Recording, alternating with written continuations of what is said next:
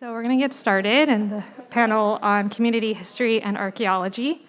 My name is Veronica Peterson. I'm a PhD candidate in anthropology at Harvard University, visiting here in the spring and summer as I do my dissertation research on some of the related projects to what we'll be hearing about today.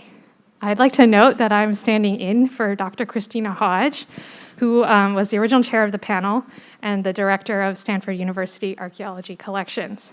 Also, Dr. Michael Wilcox will not be able to join us today. He was going to speak on rebellions and recent archaeological discoveries in Muwekma Ohlone tribal history. So Dr. Laura Jones, after our two scheduled panelists speak, will give a little information on that, and then hopefully we can have a nice conversation and Q&A discussion afterwards. So I'd like to start us off by first reading the conference's and the university's land acknowledgement, followed by a comment. Stanford sits on the ancestral land of the Muwekma Ohlone tribe. This land was and continues to be of great importance to the Ohlone people. Consistent with our values of community and inclusion, we have a responsibility to acknowledge, honor, and make visible the university's relationship to Native peoples. So we inherently benefit from this privilege of being here today. It's so nice to gather in person. As a visitor to this land conducting research on historical and contemporary home cooking in Chinese diaspora communities, and on sites that were also home to the Northern Sierra Miwok, I personally have a duty to relate with care the complicated relationship between Chinese immigrants and indigenous peoples, as both navigated regimes of United States colonial and imperial projects. This is not some matter of the past. The ongoing COVID-19 pandemic continues to show the limits of this mindset. The people most affected are those who have always been most affected. And those of us who are here, we recognize that first and foremost, we are all members of communities. And the pandemic won't end through policies of personal responsibility. And I feel compelled to say this because, we're impacted today by who can be here and not be here because of COVID. The students have a 1-week positivity rate of 9% compared to 5.8% in Santa Clara County and almost 4% in California. So our community is still very much impacted by this. And I felt it would be kind of disingenuous to start a panel on archaeology and community without sort of acknowledging that first. Okay, so our panelists who are here, Julie Cain and Garrett Trask, are going to talk about how archaeologists uncover community history in Santa Clara and the Bay Area. They'll each give 10 to 15-minute presentations. Then Dr. Laura Jones will talk about Dr. Wilcox's work a little bit, and then we'll be open to Q&A and conversation. And I'd really like this to be a very sort of dialogue-driven end of the panel.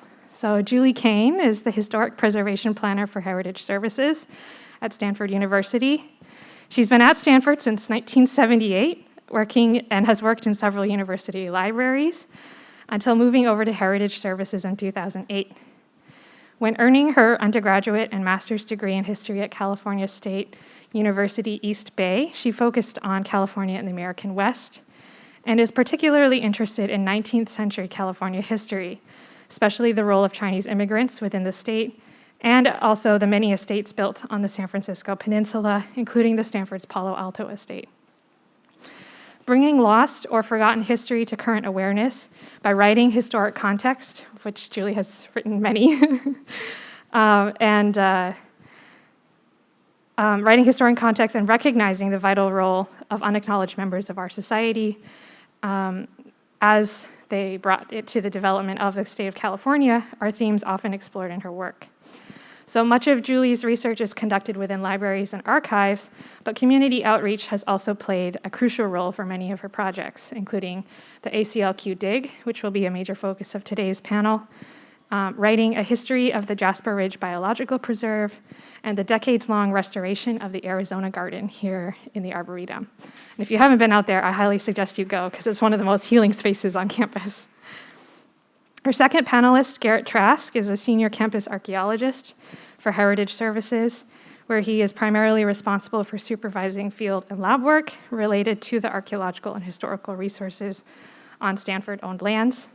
He received his undergraduate degree in anthropology from Arizona State University in 2011 and a master's in anthro from SF State University in 2016. Garrett's master's research focused on understanding the geometric painted designs of classic period Mimbres pottery from southwestern New Mexico. And before becoming a staff member at Stanford in 2016, he worked as a field archaeologist for consulting firms in Tucson and San Francisco, and also served in the US Air Force National Guard as an aircraft mechanic from 2007 to 2013.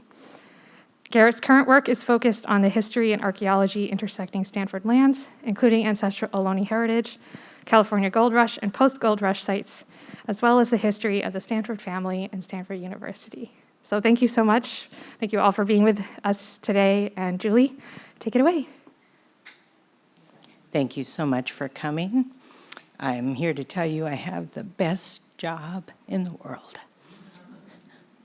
So the project that Garrett and I are going to talk about today, thank you, is the Arboretum Chinese Labor Quarters Project.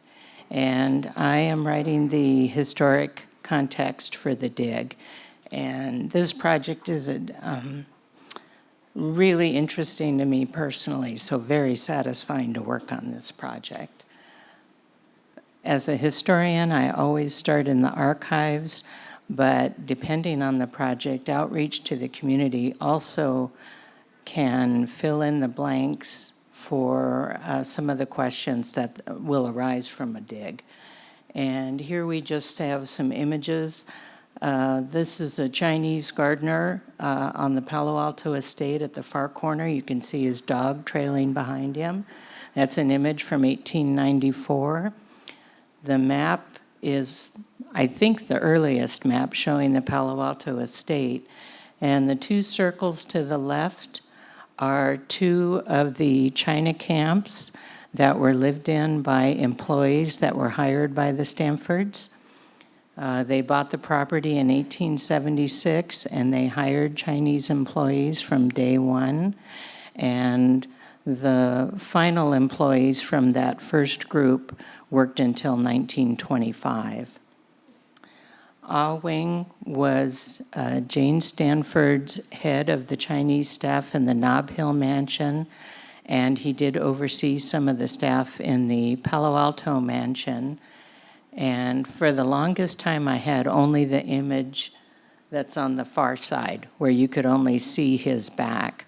And I was thrilled when several years later I came across another newspaper article and was able to see his face for the first time. When you go into the Stanford archives, you can go up to the card catalog and you can look up Chinese, and you will find nothing, because the history of the Chinese employees that worked at Palo Alto, for various reasons, has been obscured, obliterated, or forgotten.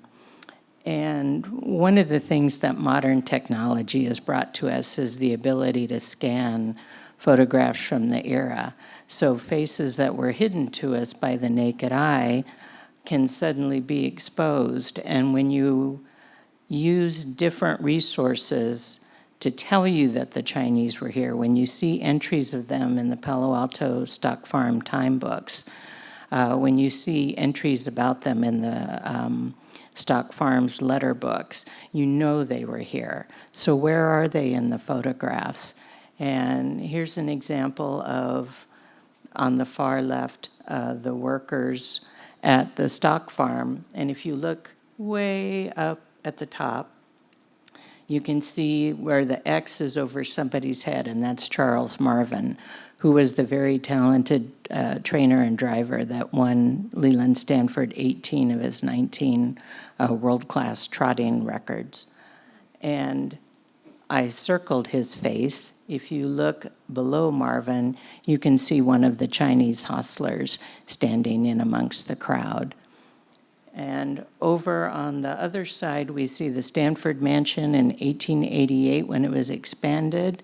And you'd never know it to look at it with your naked eye, but there is Ah Sing standing on the porch where I've circled him. And we know he was here likely from 1876 until he got laid off in 1893 when Leland Stanford died. And a good 3/4 of the Chinese employees that worked on the estate lost their jobs, along with everybody else. Everybody got laid off.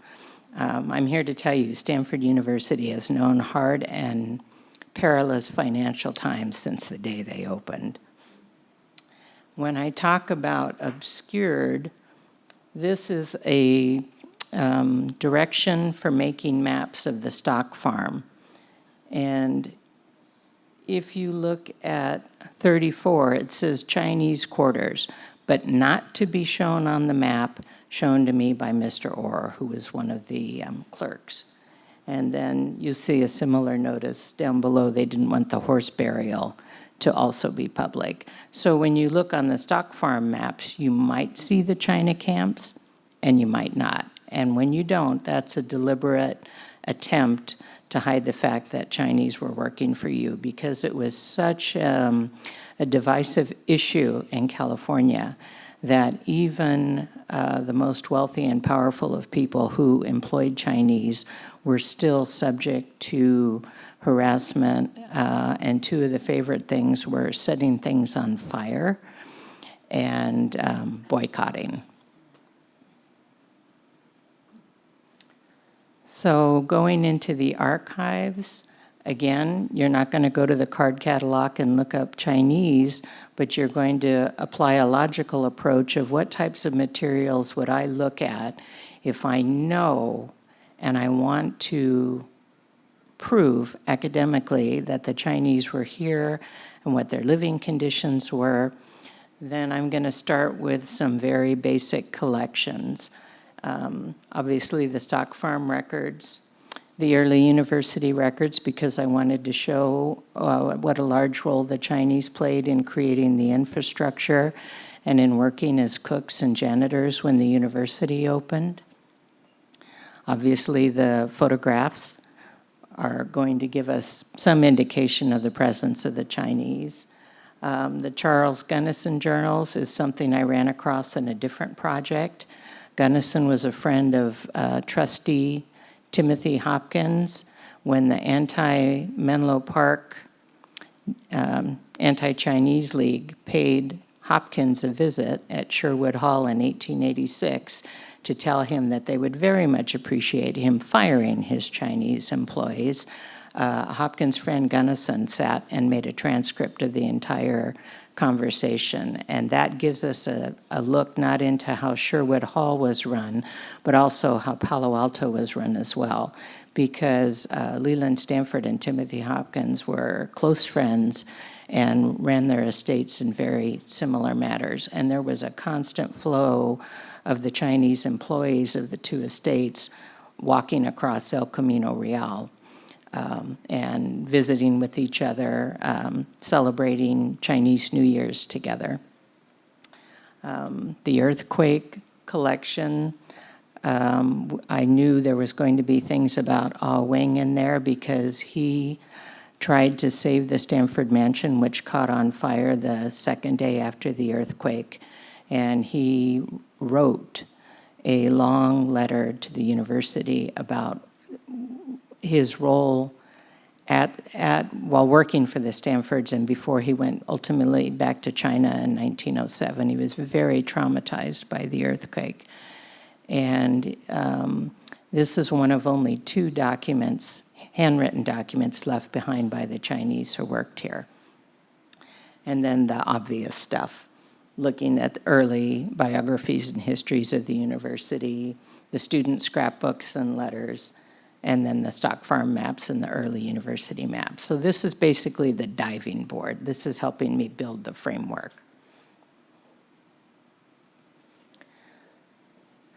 So this specific, the Arboretum Chinese labor quarters, was called the Vineyard Camp in the days that it was open, and it was open from the 1880s until 1925, when the last 2 Chinese retired and went back to China.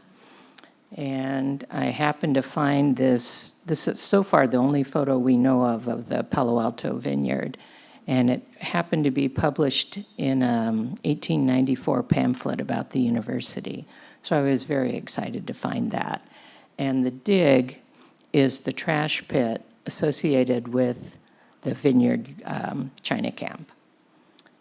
Over here, we have a map of the Stanford estate, and the red circle is showing where the vineyard is and where this cabin was.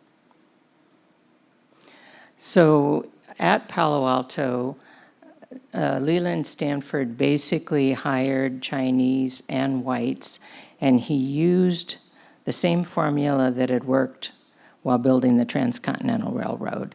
So that meant whites were in positions of authority and could start as a supervisor, even if they were new to the ranch. You had Chinese men who were China bosses, and they acted as liaisons between the Chinese employees and the white supervisors.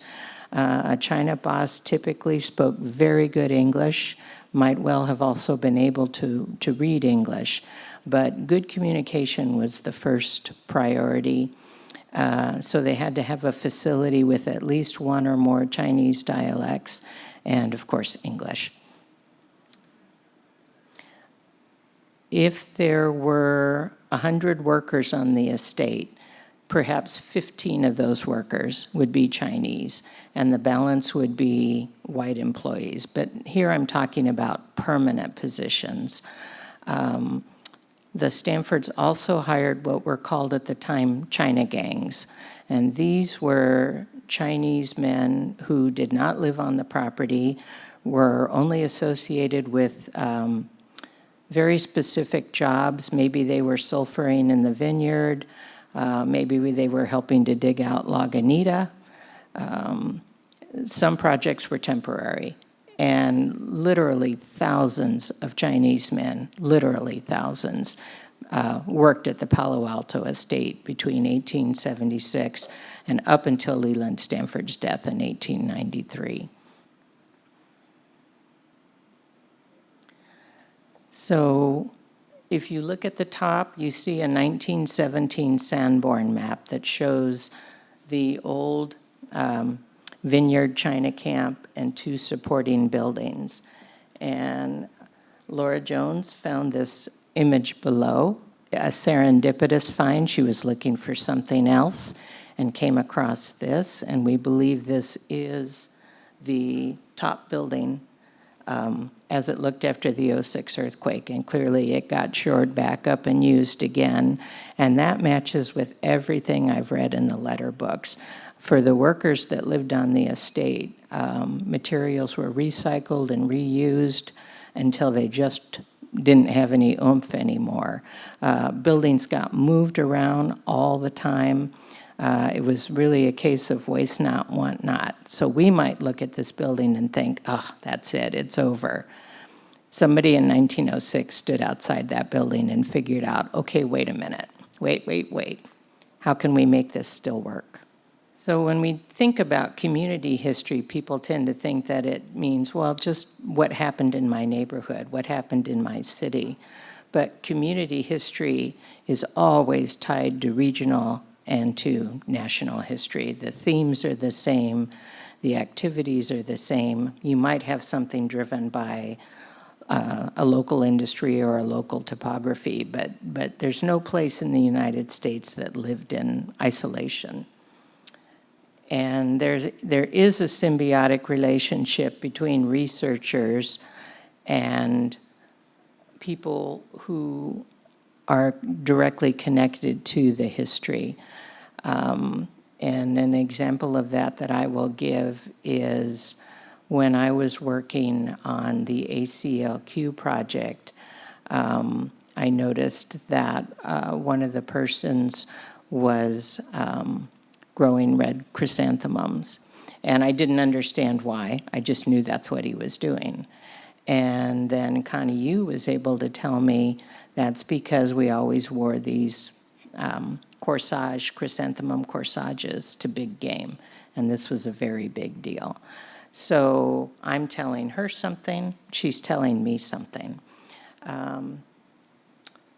So you always have even though you see the researchers all standing on one side and the audience, the stakeholders looking on, there really is no divide between these two groups. It is an open exchange of information between them, and I think it's a crucial one.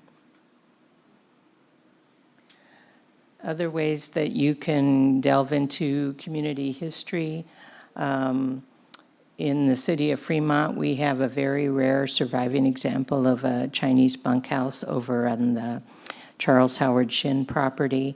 We're trying to raise money to restore it. And so we use National Night Out as a way to reach out to the community and let them know about this bunkhouse and what history has taken place in their backyard that they might be unaware of. Another way, which is not necessarily reaching out directly to people for answers to research, but to celebrate some of the anniversaries of the history that we're trying to write about. And here I'm looking at the 150th anniversary of the completion of the Transcontinental Railroad. And this took place in 2019, and this was super important. At the 100th anniversary, I believe it was Philip Choi that was going to come and speak briefly, 10 to 15 minutes, at the celebration. He was the only representative of the Chinese who literally built the western half of the railroad, and they canceled them right before the celebration started because John Wayne showed up out of the blue. And people needed to listen to John Wayne speak about the West. I'm shaking my head, and it's not that I'm mad at John Wayne, but come on, man. So a completely different experience in 2019. That is empowerment. So one of the complaints has been, when you look at photographs of the completion of the railroad, they do not reflect the Chinese that built the railroad, or at least the western half of the railroad. And in one of the most iconic photographs, there is one Chinese worker. He's kneeling on the ground. He has his back to the camera, but he is recognizable by his clothes. But again, this is that obscured and that hidden history. It's not obvious what he is unless you understand enough to even look for him. These are all descendants of Chinese men that worked on the railroad, and they are feeling very good about their history.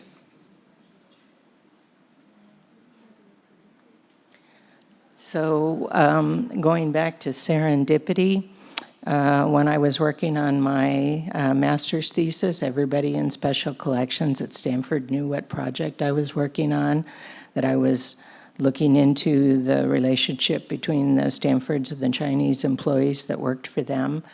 And Lorraine Mock and Natalie Haggerty are two great-granddaughters of Jim Mock, who was the most authoritative Chinese person who worked for Leland Stanford. Jim Mock worked directly with Frederick Law Olmsted when he designed the landscape. Jim was in charge of growing the plants for the university landscaping. We know he's not only spoke English, but that he was able to write and to read English as well. When Olmsted sent his copy of the list to the Palo Alto estate, there's a note in the letter book, make sure this list gets to Jim. He needs to be able to see it. And then when I was back in the archives, again, looking for something different, I came across a letter written by Jim to Charles Lathrop, asking him if he can come back and work on the campus and run the stock farm dining room. And he did that from 1897 until 1903 when the stock farm closed. So this is Jim with two of his sons. They were both born on the Palo Alto estate. And we know this because Jane Stanford wrote a letter, you can see it on the far side, to the immigration authorities letting them know that those three oldest children of this couple were born at Palo Alto in California and therefore were considered California natives. And they were having a very hard time coming back through immigration. And this was one of the ways that you dealt with that, was you got somebody who was highly respected in the white community to stand up for you and vouch for you. And we see Jim doing this when he wants, although his sons were born here in 1893, his wife took his 3 children, she was pregnant with the 4th, back to China because the future of the university was very uncertain in 1893 after Leland Stanford died. And she and her husband had actually bought 2 lots in Palo Alto, which he hung on to. But she returned to China and raised the children there so that they had an opportunity to be educated in a Chinese school. And then they both came back as young men when Jim was quite a bit older. And that is basically my presentation. This is the serendipitous type of community outreach that you can't necessarily set up, but you sure want to take advantage of it when it presents itself to you. Thank you.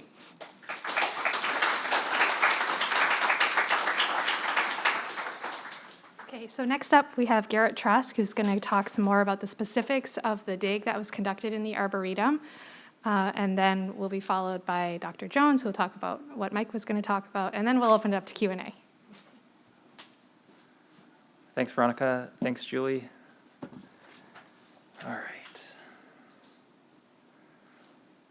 So I'm going to talk about the actual excavation. I'm a senior archaeologist and field supervisor for Heritage Services at Stanford University. That's our sort of campus archaeology branch under Land, Buildings, and Real Estate Department. And so we conduct, actually I have a slide for this. Julie did a really awesome job of covering this, so I'm going to skip over this slide. It's a historical background. These, again, the map on the right is one that Julie showed, showing the configuration, the historical map of the configuration of the configuration of the buildings. And there's an earlier 1908 map with a slightly different configuration, but still shows 2 large buildings and some smaller outbuildings, and looks like maybe a small farm or garden there. We know from the insurance map that it was also a single-story wood-framed buildings with shingled roofs, and they're labeled as a kitchen and rooms, presumably like boarding rooms. This is just to show the fieldwork timeline for this project, which actually started way back in the 80s as really just informal surface collections, and didn't truly become more academically investigated until 2013 by Christopher Lohman, then a PhD candidate. And we didn't start our investigations at Heritage Services until 2016, and then we really started doing our more intensive fieldwork in 2017, 2019, and then 2020. The first major phase of our fieldwork involved shovel test pit survey. We excavated over 400 shovel test pits across the site in a grid format. And this allowed us to get a very high resolution picture of what was happening below the surface as sort of a first phase. And so we were able to process all the artifacts from these data points and look at hotspots for artifact concentrations, and we could break that down by material type and that sort of thing. And that really helped us hone in on the historical features below the surface. And that's also how we found one of the largest features, the trash pit, that was, we think, near the kitchen. And that yielded the vast majority of the artifacts and the artifact assemblage from the site.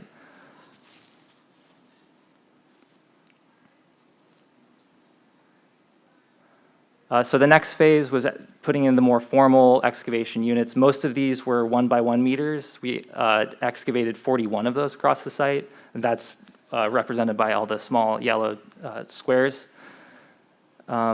we also, so we place these units based on the STP data as well as locations of where we thought architecture might be based on the historical maps that I showed earlier, and other topographical features that were visible on the surface as well. And so you can see most of the units were concentrated around where our orange fencing was, or showed in orange, and that big complex of units was the trash pit. So the trash pit or midden pit was roughly 7 by 7 feet. It was a square pit, almost 7 feet deep, and it was wood lined. There was no floor base for it. Consisting mostly of domestic and kitchen-related trash, but there was also what appeared to be construction debris, brick, rubble, and various other architectural debris. We initially thought that it was probably used as a wastewater or sewage receptacle, but we ran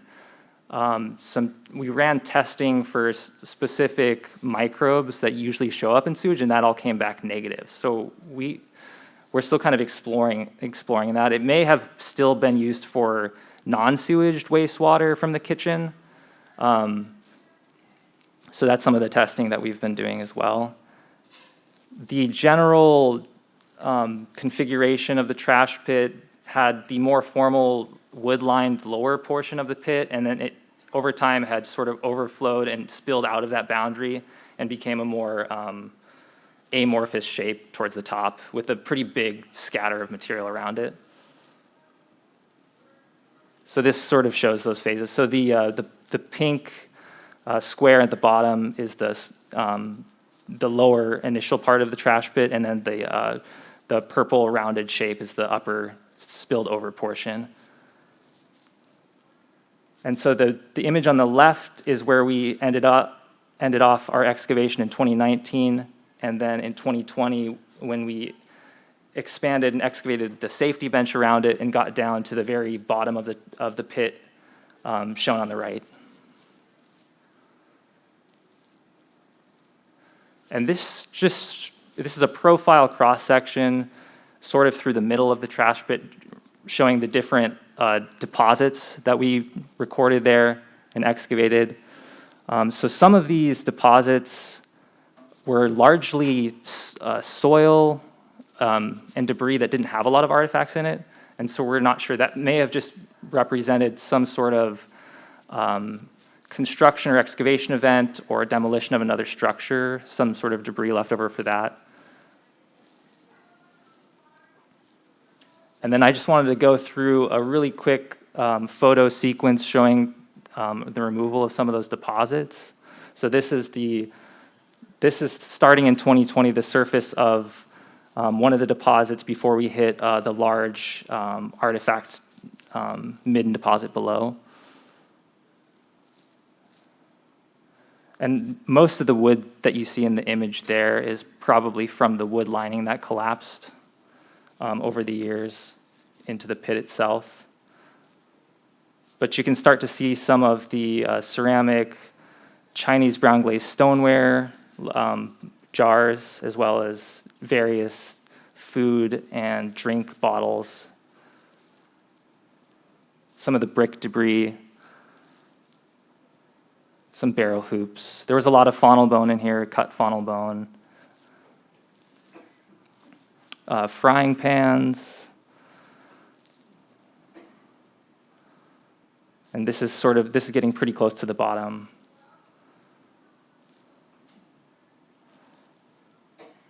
And most of these images just show one half of the trash pit. So this is a very, like a snapshot of just the raw data of all the material that came out of the site, but also specifically highlighted in orange from the trash pit itself. And with a breakdown of artifact material type on the right side by weight. So some of the metal artifacts included various kinds of cans, nails and hardware, tools, There were some kitchen utensils. We found a meat cleaver blade, which was pretty cool. Various clothing parts, metal clothing parts, glass bottles and jars, window glass, lamp glass, various kinds of ceramics, a lot of which was what we call CBGS, or Chinese brown glazed stoneware, which was more of a utilitarian ware that would have been imported from southern China that had various kinds of food and preserved goods, as well as soy sauce and that kind of thing, as well as Chinese liquor too.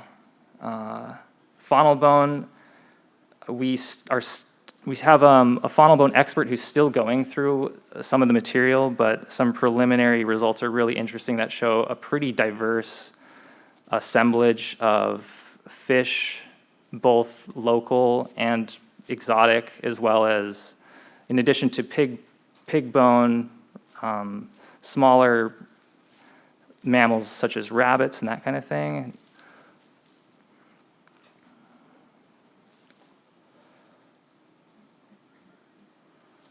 And so I have a few slides just to sort of highlight and show some of the cool artifacts that we found. Most of these are from the trash pit. So on the left, another one of those Chinese brown glazed liquor bottles, an ink bottle or jar, ceramic ink bottle or jar, a pocket watch. Here's some of the kitchen utensils I was talking about, like a cooking spoon, a lock, this is actually a European hard paste porcelain on the bottom right.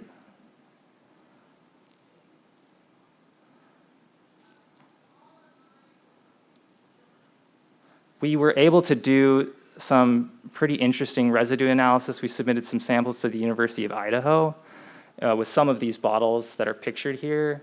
One of them actually came back as, it was a liquor bottle, but it had been reused, and the analysis showed that it had pine resin and oil in it, which the lab interpreted as it may have been used for like a torch fuel or that kind of thing. It can also be used as like a salve. Historic research has shown that they've used resin for that kind of thing too.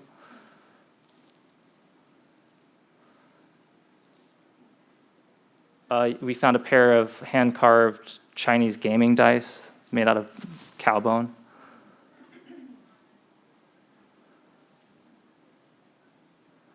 Here's some Chinese Four Seasons porcelain bowls that we found actually really close to the bottom of the feature. And even an umbrella with fabric preserved. The preservation of the material in the trash pit was actually pretty surprisingly good, including the wood lining in the lower portion of it.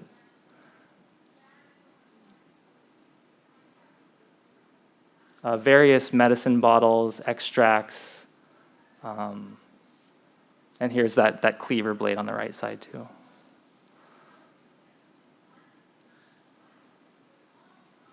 This shows most of what came out of one unit level, so a 1 by 1 meter unit and about 20 centimeters of fill. And it's a pretty good representation of sort of like the breakdown of material that we're pulling out of there.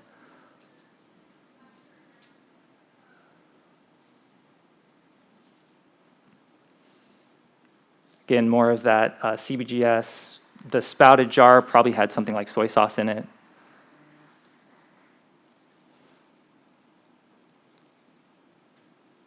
And we found a few coins too.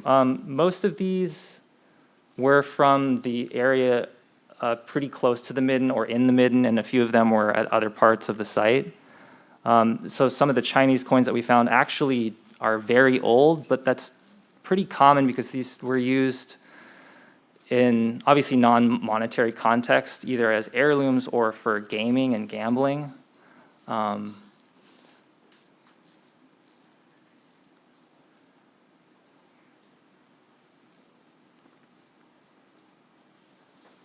So preliminary dates from the trash pit, most of these artifacts come from the lowest deposit in the trash pit.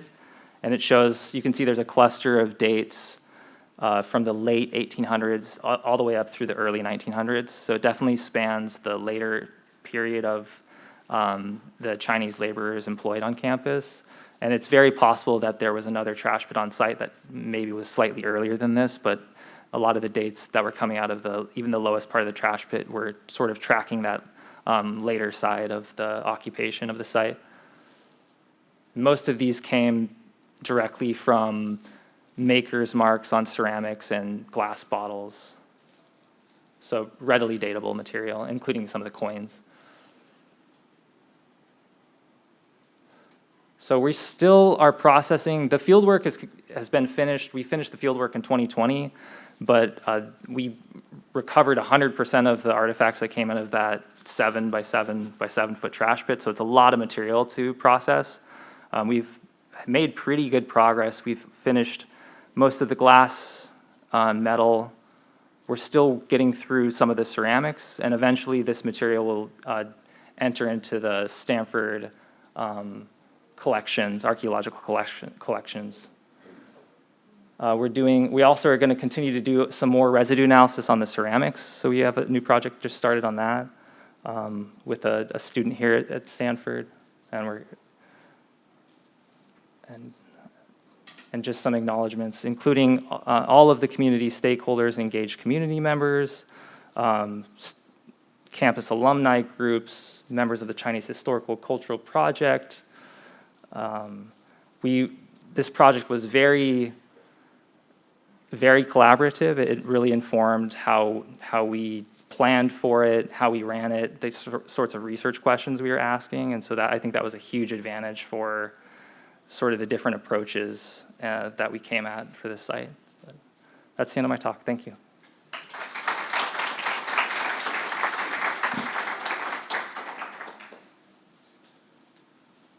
Okay, so thanks so much, everyone. Laura? So just a brief introduction to what Dr. Mike Wilcox was working on, and then we'll have a short period for Q&A. Thank you, Veronica.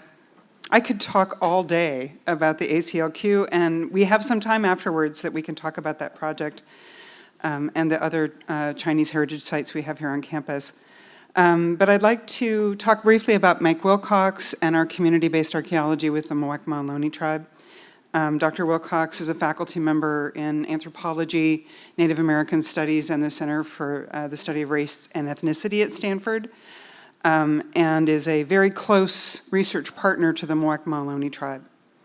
At the moment, they're doing a joint project with the Mid-Peninsula Regional Open Space District and Foothill College in the upper San Francisco watershed in the Portola Valley area. And so Dr. Wilcox, a few years ago, on some Mid-Pen lands up there, discovered late 19th century Muwekma Ohlone occupation site.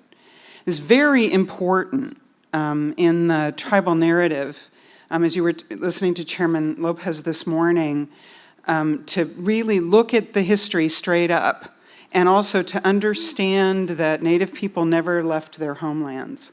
And so being able to find and date and document sites that are occupied up into the modern era, into the American colonial period, is very important. These sites tend to be precarious and fragile and hidden because these people were being hunted and they were hiding in places of refuge in the mountains. And so Mike has really made it part of his research to look for these places of refuge, and has been working very closely with Mid-Pen. There was the cave sites for Mid-Pen that have shown some evidence of this occupation in this time period as well. So I'm very grateful to Mike for his work with the tribe and his work in partnership with us as we're trying to bring that narrative of the continued presence of the Muwekma Ohlone on the land at Stanford well into throughout the mission and Mexican periods, well into the American colonial period, and to make that part of the story, as Chairman Lopez was asking us to do this morning. Archaeology can help with that. As Julie was talking about how people deliberately obscured and erased and ignored underrepresented communities. And in the written record, in the photographic record, sometimes the archaeological record can fill in some of those gaps. I have to say, as an archaeologist, archaeology also has gaps in it, right? We're finding broken pieces of things that people threw away. And there are many things that you can never possibly understand in that record. And so we work very closely in partnership with descendant communities and with archivists and historians to try to put those puzzle pieces together and to then craft together narratives that we think respectfully interpret those deposits. I have to say, as an archaeologist, something like this trash pit, 20 or 30 years ago, as a California archaeologist, I have to tell you, nobody would have been interested in Chinese worker trash, right? I was excavating the Stanford family's ruin, full of beautiful, amazing artifacts. But the archaeology of the poor, the archaeology of labor, the archaeology of underrepresented communities is now beginning to find its place in California history and archaeology. And it's incredibly important to put those assemblages in conversation with each other and to work with collections, right? So when we told the story of what happened to the Stanford home in the 1906 earthquake, we collected everything from the ruin of that house that collapsed in 1906. We need to look at it again because we have Chinese artifacts in it that almost certainly belonged to the house servants that Jane Stanford had living in the house with her. We need to reimagine that from their point of view and retell that story in collaboration with our partner research communities. So our work, it doesn't rely on going out and destroying and digging up archaeological sites because we've already dug up and destroyed so many of them. And then they exist as collections. They exist in archives. And our first commitment is to looking at those again with fresh eyes and with new partners and finding new stories to tell from those collections. Anyway, I'm happy to talk more about the Muwekma Ohlone work. We also work very closely with the tribe here at Stanford, but just really wanted to also express Professor Wilcox's regret that he wasn't able to be with us today. And Veronica will now be happy to moderate some questions and a conversation. Thank you. Okay, so actually, if all the panelists could come sit up front, and we should have someone with a microphone going around the audience. So please, I have a couple of questions. I was involved with the ACLQ project at the beginning when we were organizing and developing research questions. But I would love for us to have a conversation. Maybe I'll start off with a question for the audience, which is, has anyone ever been on a dig or worked with material objects in their... A couple, yeah. So would anyone like to speak to sort of why they were interested in doing that or what they got out of that experience? Don't feel obligated, but if you are, raise your hand at any point and someone will come with a microphone.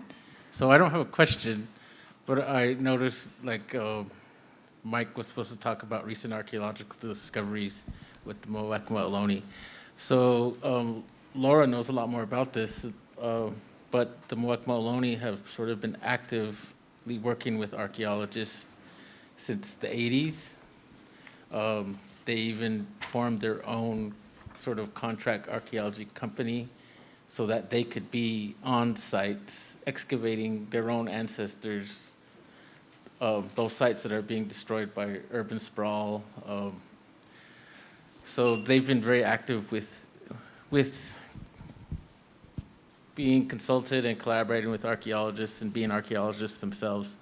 And just recently, they collaborated with a project in the East Bay, and part of that collaboration was to do genetic research. And the genetics basically proved that they've been here for a very, very long time.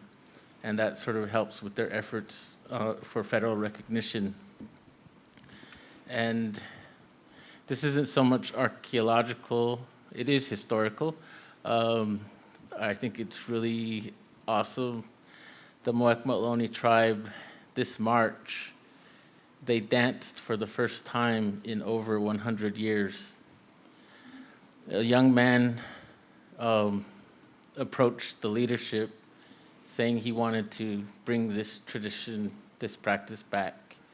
And they had to consult neighboring tribes that still had these practices, and they worked for 2 years preparing, and they came out as a third tribe with their own dances again. So that's also been a recent development in Muwekma Ohlone history that I just wanted to highlight. Great, thanks, Tim. We have someone in the back. Thanks. This is a question for Laura. I noticed that in the description of Mike Wilcox's talk, he was going to address rebellions, and I'm just wondering if you can speak to that a little bit. Well, part of Mike's research, and frankly, it's a major theme in indigenous archaeologists' work, is both to demonstrate the persistence of Native communities and their resistance to colonialism. Indigenous people outnumbered white people in California at the gold rush, and were very quickly demographically overwhelmed by the hundreds of thousands of people who came into the state. But the mission system really hadn't actually wiped out the Native Americans, despite their attempts to wipe out their culture. They hadn't done that. And so one of the themes of indigenous archaeology is to really look at how indigenous people confront colonial invasion and the many different strategies they use, right? Sometimes it's accommodation, sometimes there's a limited assimilation, but there's also rebellion and resistance. And so the indigenous people of the Bay Area attacked the missions.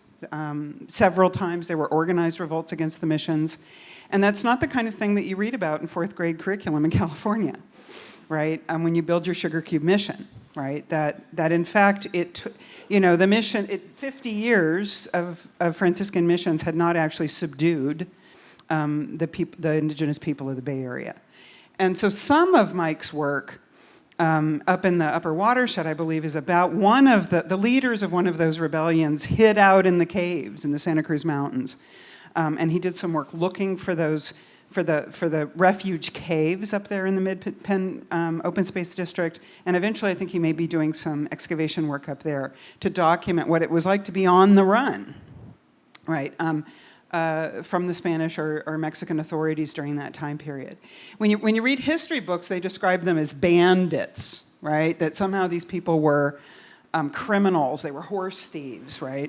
And in fact, they were resistance leaders, right? And those two narratives, the horse thief narrative and the resistance leader narrative, are diametrically opposed. And somehow we have to resolve those stories if we're going to tell our children and grandchildren truthful, accurate stories about the history of California. And so that's some of what's Mike's work is about examining those events, the violent conflict between indigenous people and these colonial institutions, trying to see how much of the record, archaeological and archival, you can find from the time period to really try to see what happened, right, at Mission San Jose in that revolt. Right? Who were the people who revolted? What happened to them? So that's some of the work he's doing. His dissertation work, he did his dissertation work at Harvard, was on the Pueblo revolts against the Spanish in New Mexico. And so it's a theme that's carrying forward in his research. So I'd like to sort of talk about the Arboretum project for a minute here. Like I said, I was here at the beginning. Well, not at the beginning. The beginnings are always these open-ended things. But I was here in 2018. We held a lot of events. We were brought a lot of people to campus, brought them to the site. Sort of, I think if you ask probably any Chinese person, food is always like a number one priority. And the fact that the ACLQ site had. We sort of already knew from the beginning that there was going to be a lot of food-related artifacts. That really sort of I feel like it affected, maybe in some way, affected the excitement about the discovery of the deposit and how it kept going. But we're entering into this next phase, right, of analyzing and making conclusions. And I think one of the challenges of community work is that sometimes this is a pivot point in which the engagement with community members can sort of drop off. So I don't know if we want to sort of speak as a group to how we as archaeologists sort of deal with that. Maybe Julie or Garrett.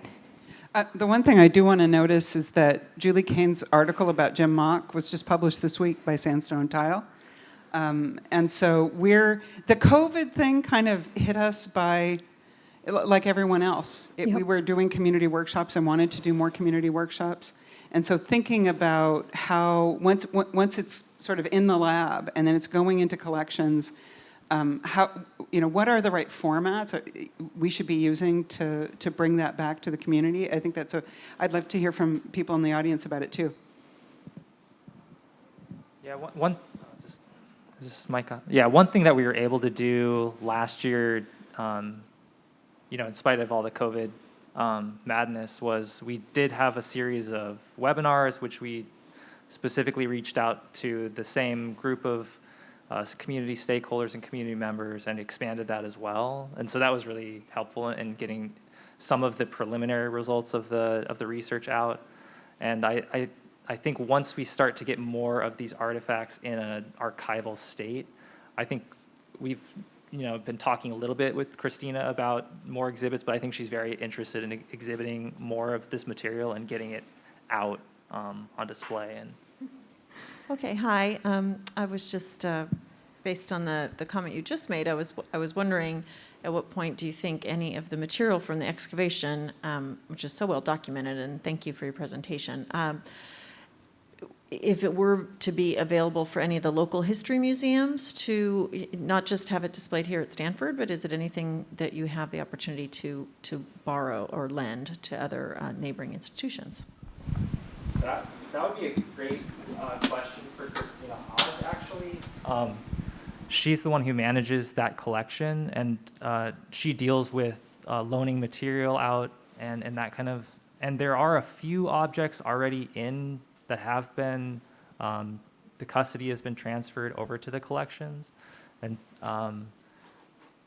so you can look her up on Stanford's website, or you can just get in touch with us after the talk and we can get you her contact information. But I would say Christina Hodge would be the best contact person for actually talking about borrowing and access that material. I have a question for Julie. Thank you for sharing all the specific collections that you used to put together the background information for the project. Much of that ephemeral documentation, the works on paper, is coming, I assume, from the Stanford side in terms of their records and their photographs. Is there any ephemera that you've been able to find that came from the side of the Chinese workers, works on paper, notes, maybe in original language, or photographs or mementos that they had specifically within their community in their camps, or is that all lost to the sands of time? For the most part, it's gone. And that's why I was so happy when two of Jim Mock's great-granddaughters reached out to me, because they shared family photographs. They pointed me to immigration records at the Sutro Library, which I promptly went and looked at and learned even more things. This is why I feel like connection to the community is such a two-way street. And I was able to explain things to them. When we looked at the immigration records together, I remember one of the granddaughters saying to me, oh, there must have been a fire. He lost everything in the fire.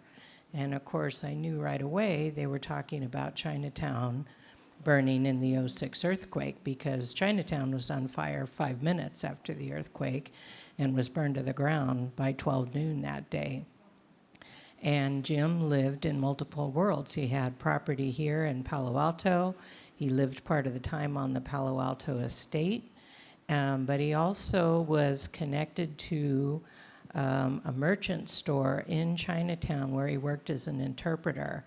And this was a big step up the social Chinese ladder for him in America, because now he's gone from labor class to merchant class, and that takes him outside of the 1882 Exclusion Act. So I was able to talk to them about that. And then, of course, the whole issue of paper sons and paper daughters is another outcome of all of those god-awful registration cards going up in flames in 1906. So that was one of the first things I looked for, was personal things. And the only two things I've come across so far is Ah Weng's letter, which is in SC 206, and then Jim's letter, which was in the business records of the Palo Alto Stock Farm. Nothing else. So if any, archivists of local history, look again at their collections and find these things, I think we need like some kind of central depository for this information. So we have time for one final question. Yeah, I have a question just about how this is displayed in the end. It's very impressive how much you found, it looks like, in the dig. And I don't know if it's normal these days to try to piece those pottery pieces together to recreate what might be in there, or you just have the shards. I can think of other museums with older collections, they try to piece it again and you can see it pieced. But I don't know if that's the practice these days. I'm just curious. Occasionally, yeah, we will reassemble pottery vessels and even glass bottles. They're actually, fortunately, there was an abundance of complete bottles and ceramic jars from that assemblage. But I think there will probably be some work on trying to piece together a few of the broken vessels as well. So, but that is part of the process as well. The one thing I will say is that you probably shouldn't leave it up to archaeologists to do it, because we put together the Stanford Mansion collection with Elmer's glue. And after about 15 years, it all started falling apart. So we really are partners with the conservators and curators. And so we rely on Christina Hodge and her professional staff to help us figure out how best to do that so that it's both reversible if you needed to take it apart, and it's durable and it's safe. And I'm sorry she wasn't able to be here today, but an essential part of archaeology, just as all of us historians rely so much on libraries and archives, archaeologists are entirely dependent on collections managers who curate and care for and advise us on the preservation of the collections. Well, I'm afraid we're past time, I think, but we're around for questions, in the hallway or any of that. But thank you so much for joining us, and enjoy the rest of your afternoon.